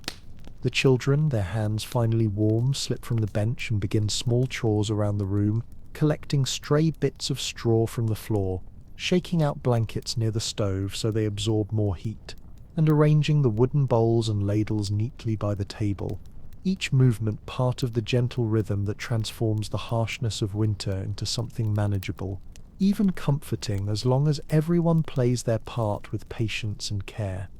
Outside, the village continues its slow awakening, with neighbors stepping from their doorways wrapped in thick cloaks, their faces flushed from the icy air, their breaths rising in soft clouds as they greet one another with quiet nods or short words carried on the still morning air. The distant toll of a small iron bell signals the start of communal routines, perhaps a gathering in the square, a call to tend animals, or the beginning of shared work meant to strengthen the community against the long season ahead. The father soon steps outside again, this time to check the thickness of the ice on the nearby well, a task that requires keen observation and practiced judgment, for water drawn from beneath a frozen surface must be handled quickly and carefully to prevent it from icing over before it reaches the warmth of the home. And as he works, he feels the wooden bucket's weight in his gloved hands, the familiar strain of lifting water against the cold, a simple act that connects him with every ancestor who faced the same winter chores under the same pale sun. The mother, inside the warm shelter of the cottage, prepares slices of coarse bread to accompany the stew, placing them near the stove so their edges soften slightly in the rising warmth. And as she works, she hums the same low melody she did earlier, a tune that seems to blend seamlessly with the gentle crackle of the fire and the distant sounds of the waking village, creating a sense of harmony that makes the entire home feel like a living sanctuary against the frozen world outside. The children wander to the doorway and peek outside for just a moment, their breath turning instantly to swirling clouds in the cold air, and they shiver with excitement, not fear, as the brightness of the snow stings their eyes. They tug their cloaks tighter and run back inside, laughing softly as they shake the frost from their sleeves, bringing with them a tiny burst of winter's crisp energy that quickly melts into the cottage's steady warmth. And in these simple, interconnected movements, the gathering of peat, the drawing of water, the simmering of stew, the tightening of cloaks, the family continues to weave its way through another winter morning, guided not by haste or worry, but by the unhurried pulse of ancient routines that once allowed entire communities to thrive, even in temperatures that modern households could endure, only with constant streams of electricity, gas, and artificial heat. Here, in this moment shaped by sunlight, warmth, and the echo of centuries-old knowledge, the medieval home stands once more as a testament to the quiet brilliance of lives lived in harmony with the rhythms of the earth. And as the morning deepens into its gentle midwinter glow, the world outside the cottage seems to slow to a pace that matches the warmth within, the sun climbing only a little higher in the pale sky, and casting a delicate shimmer across the snow that blankets the village in soft silence, a silence broken only by the occasional distant voice, the steady crunch of someone walking along a frozen path, or the muted clatter of tools beginning their daily work. The father returns with the bucket of well water balanced in his hands, cold droplets freezing instantly on its wooden rim, and as he steps inside, a wave of warm air rushes toward him like a welcoming embrace, thawing the edges of his cloak and brushing the frost from his beard. He sets the bucket near the stove, where the heat will coax the ice from its surface and return the water to a state fit for cooking and drinking, and he pauses for a moment to take in the peaceful scene of his family at work within the quiet morning. The mother ladles stew into wooden bowls, each portion steaming gently and filling the room with aromas that speak of nourishment and safety, scents that have drifted through winter homes for centuries. The earthy sweetness of root vegetables, the subtle tang of herbs dried in autumn, the faint smokiness absorbed from the stones of the stove, and as she sets the bowls on the table, she moves with the calm confidence of someone who knows that warmth begins at the hearth long before the first spoon touches a child's lips. The children shuffle eagerly to the table, their cheeks rosy with warmth, their wool mittens set aside to rest on a bench where they will dry in the rising heat, and they wrap their small hands around the bowls, savouring the warmth that seeps into their palms, feeling a kind of deep comfort that comes not just from food, but from the knowledge that the cottage around them, This carefully crafted shelter of stone, wood, clay, and wool has protected them through another long winter night. Outside, the sun catches the edges of the rooftops and sets them glowing like silver crowns, and the smoke rising from chimneys across the village curls upward into the cold air before dissolving into the brightening sky, creating fleeting patterns that drift between the houses like wisps of memory. And though the cold remains fierce, it feels somehow gentler now that daylight has arrived, a force that can be met with patience rather than fear.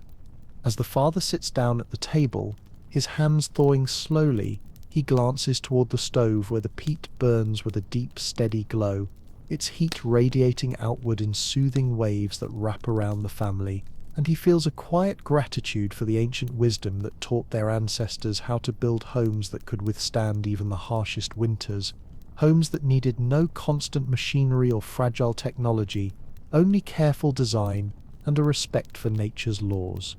The mother offers each child a piece of warm bread, softened beside the stove, its crust slightly crisp from the dry winter air, and the children bite into it with small, satisfied sighs, savouring the simple comfort of food that has been made by hand and warmed by stone, food that carries with it the essence of their home and the quiet reassurance that they are safe, nourished, and deeply rooted in a lineage of people who knew how to endure. The father takes the first spoonful of stew and lets the warmth spread through him, loosening the chill in his bones and replacing it with a sense of calm focus, the kind of calm that comes from recognizing that their survival does not depend on rushing or fighting against the season, but on leaning into its rhythm, on trusting the structure of their home, the strength of their clothing, the depth of their stores, and the steady patterns that shape each winter day. And as the family eats together in the soft morning light, surrounded by the gentle glow of the stove, the sturdy embrace of thick walls, and the lingering warmth of the long winter night, the moment settles into a kind of quiet perfection, a reminder that even in the coldest corners of the world, life can be warm, nurturing, and beautifully simple when shaped by wisdom that has been refined across generations. Here, in this peaceful morning meal, the essence of medieval winter survival reveals itself once again, a blending of patience, craft, and understanding that allows a family to thrive even as the frozen landscape outside glitters with frost and silence. And as the family finishes their quiet morning meal, the warmth of the stew lingering in their chests and spreading gradually into their hands and feet, the cottage seems to glow with a soft, living comfort, the kind that settles into the bones and reassures every part of the body that the cold outside, though immense and unyielding, has no power here within these carefully crafted walls, where stone and wool and ancient wisdom weave together to create a sanctuary as dependable as the rising sun. The father wipes the rim of his bowl with a final piece of bread, savouring the last traces of heat and flavour,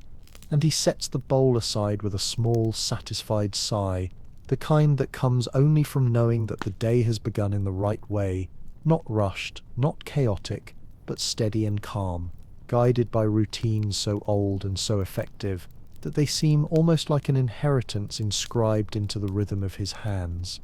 Feeling the warmth of the stove on his back, he rises slowly, stretching his shoulders beneath the thick wool of his tunic, and steps toward the doorway, pausing just long enough to tighten the belt around his waist and pull his cloak from the wall peg, the heavy fabric falling around him like a shield of lanolin-scented armor that will carry him safely through whatever tasks the winter morning requires. The mother gathers the bowls and slices of crust, placing them neatly in a wooden basin near the stove to soften any remaining scraps and keep them from freezing before they can be washed, and she moves with an unspoken grace, her motions fluid and practiced, her mind already turning to the next steps of the day, checking the wool garments for wear, tending the fire so it burns neither too fiercely nor too weakly, preparing the root cellar for another inspection when the sun reaches its peak. The children lean close to the stove, their hands and faces basking in its radiant heat, and they whisper to one another with the hushed excitement that only winter mornings seem to inspire, pointing out tiny crystals forming on the shutter edges and the swirling patterns their breath makes when they giggle into the cool air. each small discovery reminding them that winter, though harsh, carries its own quiet kind of wonder.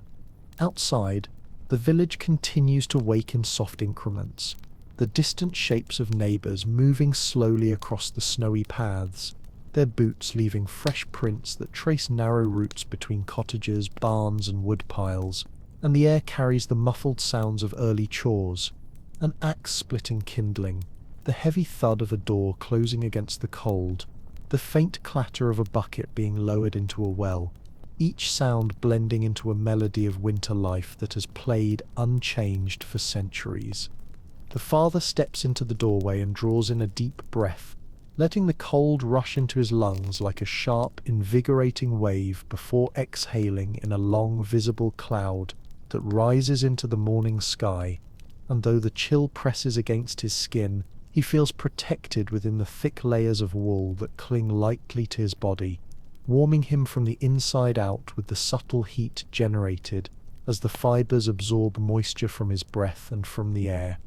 Behind him, the mother adjusts the blankets on the bench, smoothing their edges and folding them neatly, so they will be ready to wrap the children again during the next cold night. And as she works, she watches the drifting steam rise from the basin, the gentle curl of heat matching the soft rhythm of her breath, each movement adding another layer of comfort to the small, sturdy world contained within these four walls.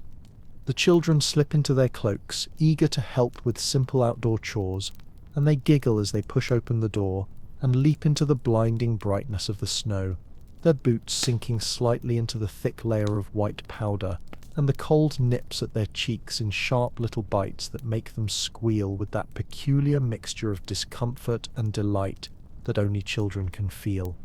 And through all of this, through the warmth rising from the stove, through the cold air waiting just beyond the door, through the simple food and layered clothes and slow, comforting rituals, the medieval morning stretches forward like a long, peaceful exhale, each moment reminding us that survival in the coldest corners of history was not frantic or fearful, but grounded in patience, in understanding, in a delicate harmony between human hands and the quiet, dependable forces of nature. Here, within this small cottage made warm by stone and wool and ancient design, another winter day begins with deep steadiness, carrying the family gently from night's protection into the challenges and quiet beauty of the day ahead. And as the family steps gradually into the unfolding rhythm of their winter day, the cottage breathes behind them like a living presence, holding on to its warmth with patient strength, its thick walls guarding every ember of comfort that was earned through yesterday's fire, its heavy roof creaking softly as the rising sun warms the frost that clings to its edges, and its stone stove radiating a gentle pulse of heat that feels less like a machine and more like a companion built from the memory of hundreds of winters. The father walks toward the small animal pen near the edge of the property, his boots sinking into the snow with familiar resistance, and he listens to the muffled sounds of the village carried on the cold, crisp air, the distant clucking of hens, the low call of a neighbour greeting another, the rhythmic chopping of wood somewhere beyond the line of frost-coated trees, all of it forming a kind of winter symphony, muted and serene, reminding him that even in the most brutal cold, life continues in soft, steady patterns. The mother remains inside a moment longer, sweeping the packed earthen floor with slow, deliberate motions, gathering stray bits of straw and wool before they settle into corners where cold loves to hide, and she hums quietly while she works, the same tune her own mother once sang during winter mornings just like this, the melody carrying with it the subtle comfort of continuity, of knowing that the routines she performs now are the same ones that kept her ancestors warm and safe through the centuries. The children dash playfully between the doorway and the yard, their breath-forming clouds in the frozen air, their wool cloaks billowing behind them like small wings, and even though the cold pricks at their cheeks and stiffens their fingers, they move with an excitement born from the novelty of snow, from the crunch beneath their boots and the sparkling crystals that drift lazily in the sunlight, turning the world into a vast playground shaped by winter's quiet hand. The father bends to check the wooden trough, brushing away a thin layer of ice that has formed overnight and pouring in fresh water from the bucket he carried earlier, watching as the animals, shaggy, sturdy creatures well accustomed to these temperatures, move forward to drink, their breath rising in warm plumes that mingle with his own in the frigid air, creating little clouds that vanish almost instantly into the brightness of the morning. Back inside, the mother places the broom in its corner and takes a moment to rest her hand against the stove's warm outer tiles, feeling the deep stored heat radiate into her skin, a reassurance that the fire she would soon rebuild would not have to work from nothing, but from the steady foundation laid yesterday, and she closes her eyes briefly, offering a silent thanks for this ancient technology that frees her from tending flames through the whole long night. The children, returning from their snowy dash outside, stamp their boots by the door and peel away the top layer of their woolen mittens, holding their fingers near the stove to feel the prickling sensation of warmth returning to cold skin, and they laugh softly as the last remnants of frost melt from their hair and clothing, leaving tiny droplets that glisten momentarily before the dry winter air draws them away. Outside, the sun climbs a little higher, but brings almost no warmth with it, its pale rays serving only to brighten the landscape, not soften it, and the snow gleams in wide sheets of white that stretch across the fields like unbroken cloth, while the distant line of trees stands frozen in time, each branch etched with delicate lacework of ice, each shadow cast long and thin across the glittering ground. The father finishes his chores and pauses for a moment, taking in the quiet beauty of the morning, the sky a soft winter blue, the crispness of the air almost musical in its clarity, the small curls of smoke rising from chimneys all across the village, and he feels a sense of gratitude that is difficult to put into words. Gratitude not only for the warmth waiting inside his home, but for the centuries of knowledge that have guided his hands, his tools, and his home itself through winters far colder than this one. And as he turns back toward the cottage, watching the smoke curl from his own chimney like a thin grey ribbon stretching into the bright sky, he knows that the warmth inside is not simply comfort, but the result of an ancient partnership between people and the land, a partnership that has allowed countless families to thrive in places where, without this wisdom, the cold would overcome even the strongest spirit. Here in this slow winter morning, shaped by the quiet power of old inventions and the steady heartbeat of a home built to endure the cold, another day begins gently, wrapped in warmth, in routine, and in a profound understanding of the season. And as the father steps back into the cottage, gently closing the heavy wooden door behind him to keep the cold from rushing in, a wave of warm, familiar air envelops him once more, carrying with it the faint sense of wool, simmering stew, dried herbs, and the earthy sweetness of the peat fire now rising steadily in the stove. And for a moment he simply stands there, letting his body relax into the comfort that the home has preserved so faithfully through the night. The mother looks up from her work as he enters, her hands moving with practiced ease as she folds woolen garments near the stove, ensuring they remain dry and warm for the long day ahead, and the light from the shuttered window falls softly across her face, illuminating the quiet determination in her eyes, the same determination shared by countless winter mothers before her, who navigated the season with skill, intuition, and unwavering patience.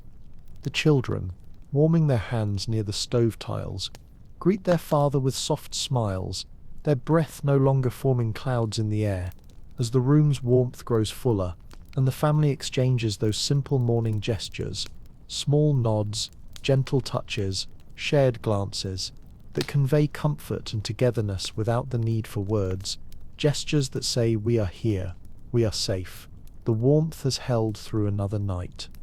Outside, the winter world remains as unforgiving as ever, with frost clinging fiercely to the edges of rooftops and the wind gathering itself in slow, whispering movements across the fields. Yet none of that harshness penetrates the cottage's thick, carefully woven walls, walls that breathe but do not leak, walls that hold warmth in their core, and that have been shaped, repaired, and reinforced through generations of hands guided by ancient knowledge. The father shakes off the last bits of snow from his cloak and hangs it carefully near the stove, allowing the fabric to absorb the rising heat and dry completely before he must venture outside again.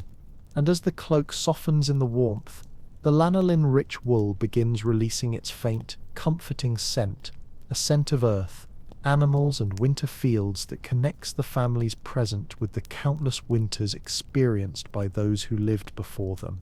The mother opens the lid of the root cellar once more to check the humidity, letting her senses guide her, the smell of the earth, the feel of the air, the texture of the vegetables stored below, and she adjusts the straw lining with small, thoughtful motions that prevent frost from creeping into their food supply, each adjustment reflecting knowledge passed down quietly through the years, knowledge that modern homes rarely require, but that once meant everything.